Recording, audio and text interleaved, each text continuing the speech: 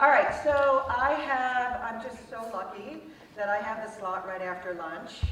Now, I promise you that I have 12 slides, which means I'm going to rip through them pretty quickly. I will give you some theory, I will give you some of my experiences, some of my thoughts. You all are going to do all of the work, all right? So we're going to spend the majority of time with you all developing your personal brand equity statement. So, how many people did the homework? Awesome. You're in great shape. This is sweet. So what we're going to do is synthesize all of that, all right? So, but I won't get ahead of myself. So Rachel said I spent a number of years sort of, in these halls. It is kind of weird to be back. It was super weird last year because I'd only been retired 1 year. So I was here for 27 years, leading communications. I retired. Last year I said graduated, now I'm retired from P&G 2 years ago as the Senior Vice President of Communications for Global Beauty, Grooming, and Health. I worked on almost every brand, almost overseen almost every brand in our portfolio, and it's always going to be our because I'm a shareholder, so I can't help it. And it was a huge part of my life. Before that, I was in nonprofit, so I was a fundraiser in a variety of nonprofit organizations, and I like to say that one of the greatest gifts that P&G gave me many great gifts, but one of the greatest gifts was the gift of the Enneagram. And that was about 14 years ago when Denny Tato showed up at a training. I showed up at her training, this one right here, who you will see after me. And she exposed me and about 149 other people to the Enneagram. And I was like, my mind is blown. My life has changed forever. And I knew really about 10 years before I retired what I was going to do in retirement, which is executive and leadership coaching through the lens of the Enneagram with Danny. So I am a partner in corporate consciousness, very proudly. So that's my background. You will hear me reference the Enneagram a lot. I think one of the greatest gifts that you all have been given is the assessment, right, and the understanding. And you'll understand a whole lot more after the session today. So let's start with a little activity. Given we're all sort of churning the food, I wanted to put your brains to work, all right? I want you to think about a brand that you love. Now, granted, we are at P&G. Probably how many brands, Elizabeth? 75 now? It used to be 65, maybe around 75 brands. Typically the number one or two.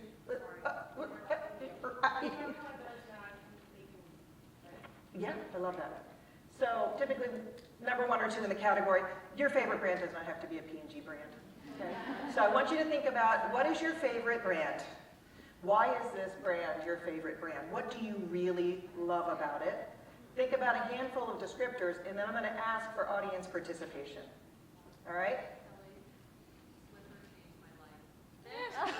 Swiffer changed your life. The mic's not working, by the way. It's not working. And Swiffer has changed billions of lives. Love our Swiffer.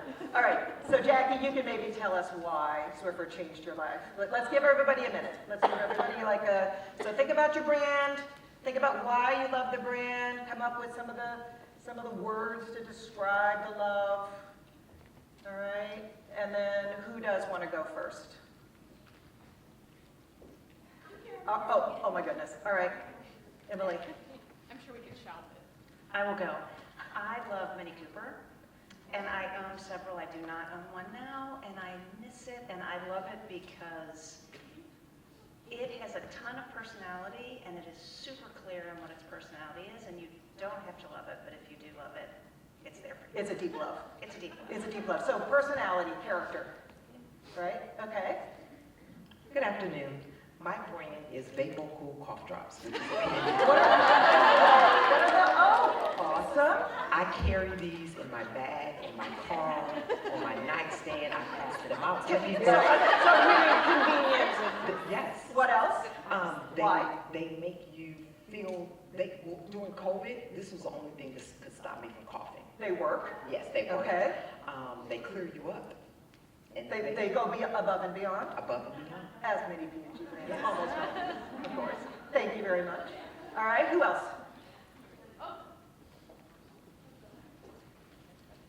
All right. So I love Vaseline. Vaseline? Yes. Not P&G, Just that's okay. specifically with the cocoa butter though. And I love it because a lot of lotions are like water. And so I like to feel moisturized.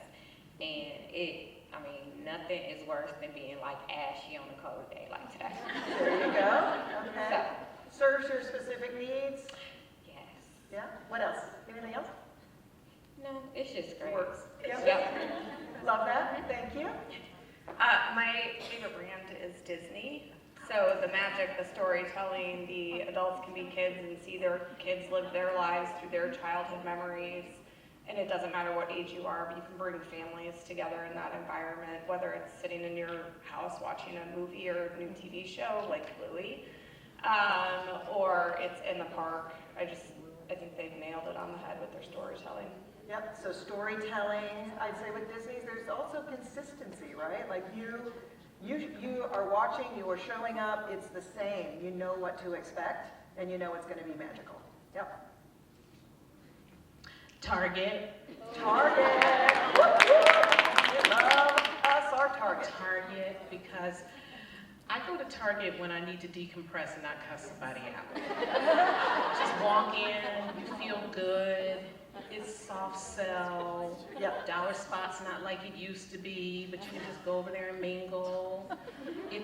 I just go there when I want to feel good, but they also have things that I might just want to try out. So Target. All right. Target feels good. You can get what you want and need. No pressure. Okay. One more. Or Sorry. two more. We can do two more. Sorry. I'd say Columbia. Columbia. Yeah. Like the country. Like the outfitter. Okay. There are things there. I don't know. Yeah, Okay. that would be a choice. My whole family stays warm every winter in their boots and their jackets, and they grow with you because they have like special extensions, and it's just a good brand. Yeah. So keeps you warm, works, right? Grows with you, and covers all your needs. It sounds like. Okay. What else?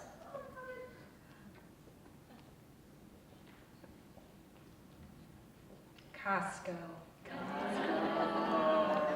Yeah. I love it.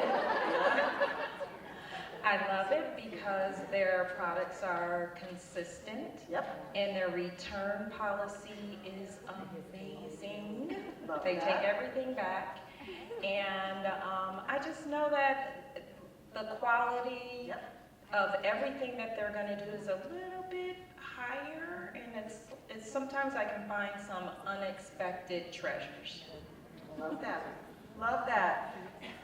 Love that.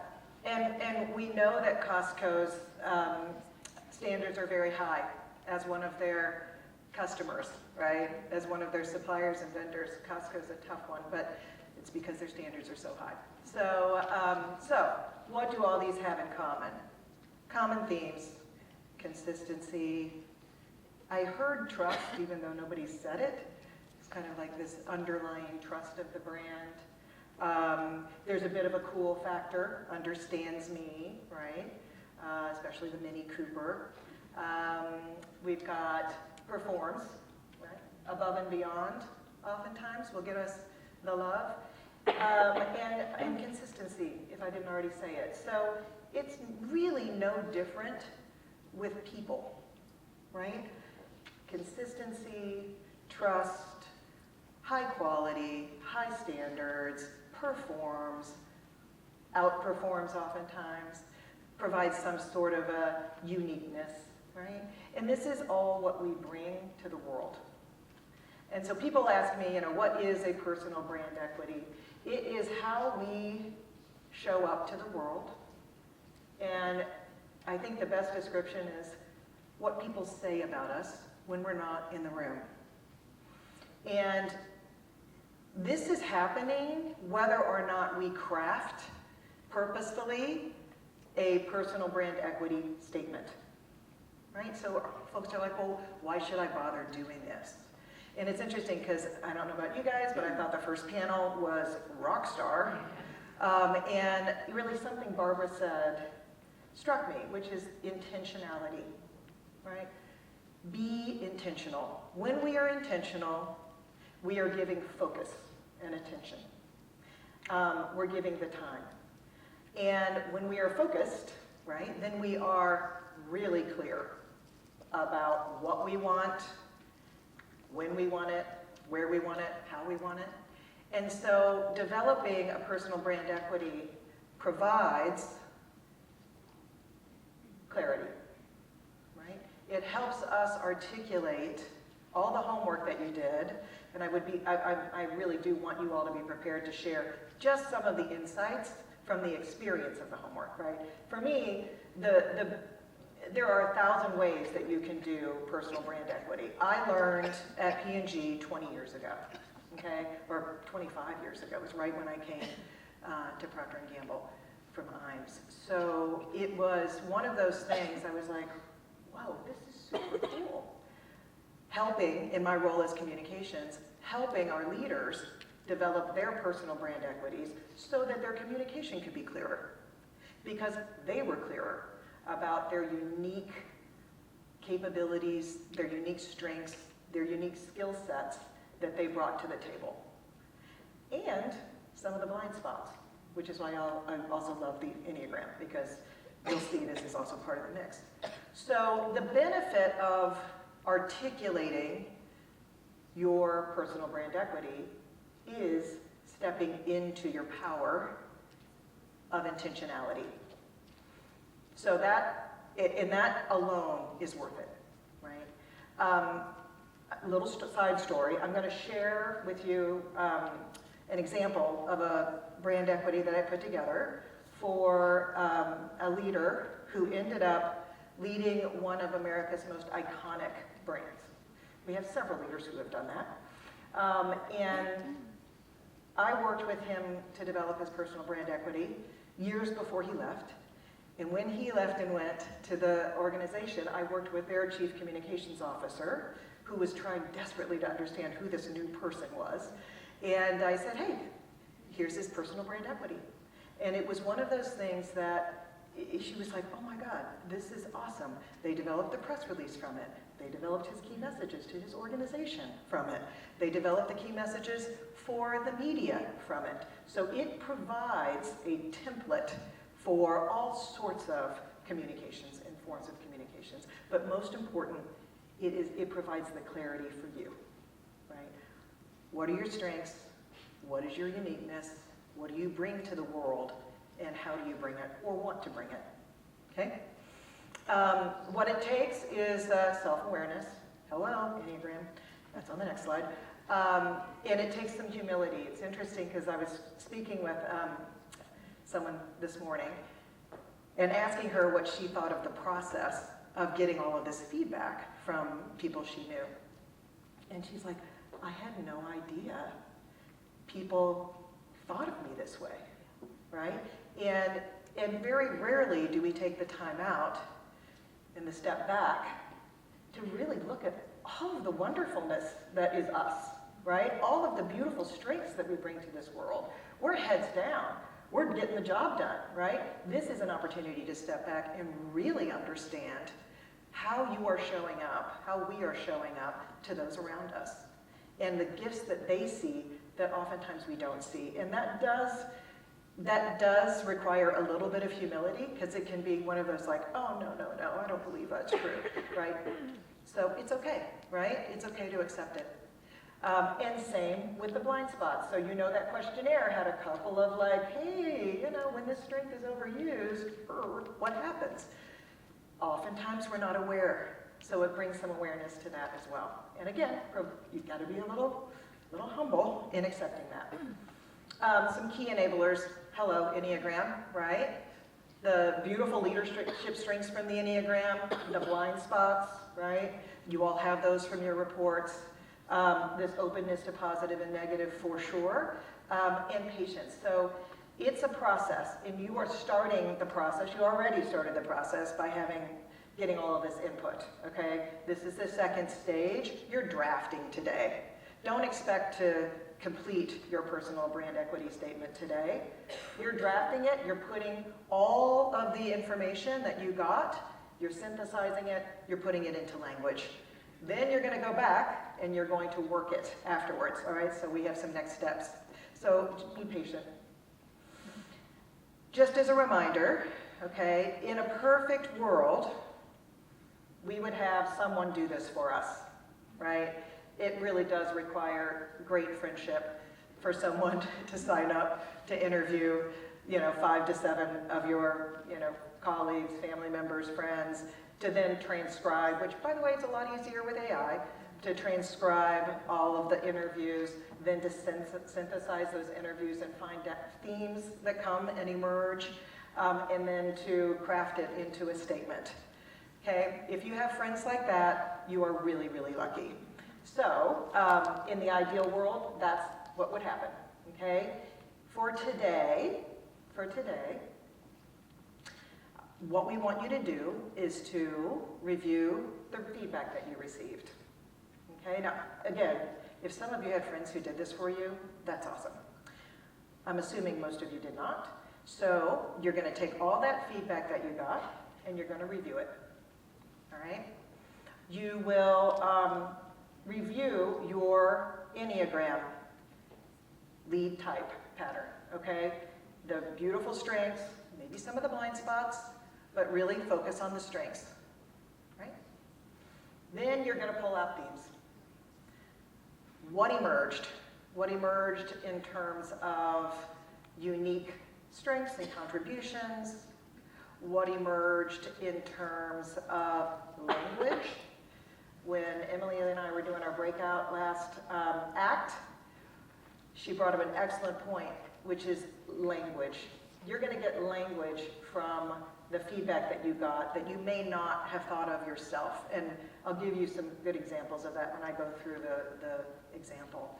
So pull out pithy language, language that really captures that strength, right, and that unique contribution. We're going to put it in a structure that has an overall equity statement. You do that last. That pulls out your strategic brand equities, which I'll go through in a minute. Brand character, brand voice, and then what we call your visual ID, your presence, right? How you look, how you show up. Then that's where you're going to spend almost all of your time. And then probably the last 15 minutes, you will turn to the person next to you, and you all will trade your equities, and you'll just review them and talk about them. All right? So just kind of pressure test and get some thoughts and feedbacks that you can incorporate. So here are the elements of the personal brand equity. Okay? These are elements that we used to use, and you'll have to tell me, Elizabeth, if these are still we don't really veer too far with things that work. Overall equity, this is the one big idea. This is the one thing that sets you apart, okay, from your peers. The strategic equities are reasons to believe. They're reasons to believe the overall equity statement, all right? The character, describe you as a person, okay? Not your role, not the work you do, but you as a human being. The voice, phrases that describe how you express yourself, all right? Both verbally, non-verbally, and then this ID that is how you show up, okay? So I will give you, and I'm going to read this to you because it's a lot of words, okay? And I know it's probably horrible. So let me read it to you. This is an example of a personal brand equity statement, and it's real. It's the dude I was telling you about. Transformer. He's a gentleman transformer. This person is an intensely focused and quietly passionate leader, inspiring change through empowerment, trust, and collaboration, putting others before himself always, and elevating their collective results through a relentless pursuit of the highest standards. And what we did was we bolded the ideas that really made him stand out. Okay? So that's the overall statement. These words were taken from all the feedback. Strategic equities, right? Reasons to believe, because he is a transformation architect. All right? Focuses on strategies that have the greatest impact to transform businesses and people. He cuts through the clutter as a sharp change agent. He's an intense competitor, relentlessly focused on winning, like a vice tightening. That was language from the feedback. Like a vice tightening, ever prepared, engaged, and empowering without pounding on the desk or pounding his chest. Servant leader lives a mantra of other first, founded in the belief that putting others before himself gets the best out of individuals and the collective. He keeps his ego in check so the light shines on individuals and teams. Exponential amplifier. Deftly combines the burning internal fire to win with brilliant intellect, deep and inclusive engagement, and the ability to distill the complex into the simple to get more out of an individual or team. He makes people in teams feel smarter, better than they ever thought possible. Personal brand character, right? He's the quintessential gentleman. Respectful, deeply driven, deeply seated in values and principles of high integrity. Consistently approachable, what you see is what you get. Clear, consistent, positive interaction. Good or bad news, day in, day out, he is the calm in the storm. Authentically inclusive, all stakeholders are part of the conversation, invited and expected to bring their unique points of view, and respected for doing so. And he's the humble questioner. He's asking out of curiosity. He's inquiring out of curiosity, not to validate his own thoughts. Brand voice, sincerely engaged. I won't go through everything. Present listener, appetite for the external, very externally focused, and human-to-human approach. And then visual ID, classic elegance with contemporary conservatism and an eye for beauty that inspires confidence among those around him. So he was a pretty great person to work for. So this is what you are going to end up with, something like this. But I will tell you, this took a long time to craft. And if it is meaningful, it will take you a while and a lot of thought to get the words right, because the words really matter, okay? So what we're gonna do is we will take time, and I'll put these back up on the, so you have some reference points. You're gonna take time now. We have, what? We have 40 minutes? Is that right, Jackie and Rachel? About 40 minutes. I want you to take the next half hour to really start to work on this. And and I'll call time for you to switch and to kind of pressure test with the person next to you.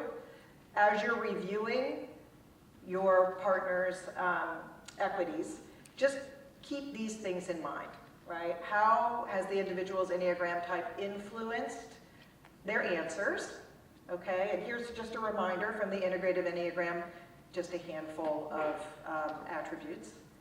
And then discuss and suggest opportunities, okay? So I'm going back here. Hold on just a second, yeah. Let's go back here. All right, I'll keep these up. Would that be helpful for you guys to have the example up? Okay? Yes. This one? Awesome. Okay. So it's a lot, but hopefully you have already had a look at the feedback that you got. First thing you're going to do is go back through that feedback and really pull out themes. All right? I will say that perplexity is super helpful in pulling out themes. Just load her up, pull them out. I used Otter AI because I recorded my interviews, so then I transcribed them and also was able to pull out themes. So use all the tools that you have to get to the core themes, and then make sure you're looking at language. What is that language that you never would have thought of using to describe yourself, right? So I'll pause here. Questions? Okay, I will say one thing. We got the question in the last act during one of our breakouts. How do I separate my work equity from my non-work equity? And I will tell you right now, you could try that, but I wouldn't. Because all of this is bringing your authentic self, right? So if you try to have a work equity and a non-work equity, eventually that will fall apart, okay?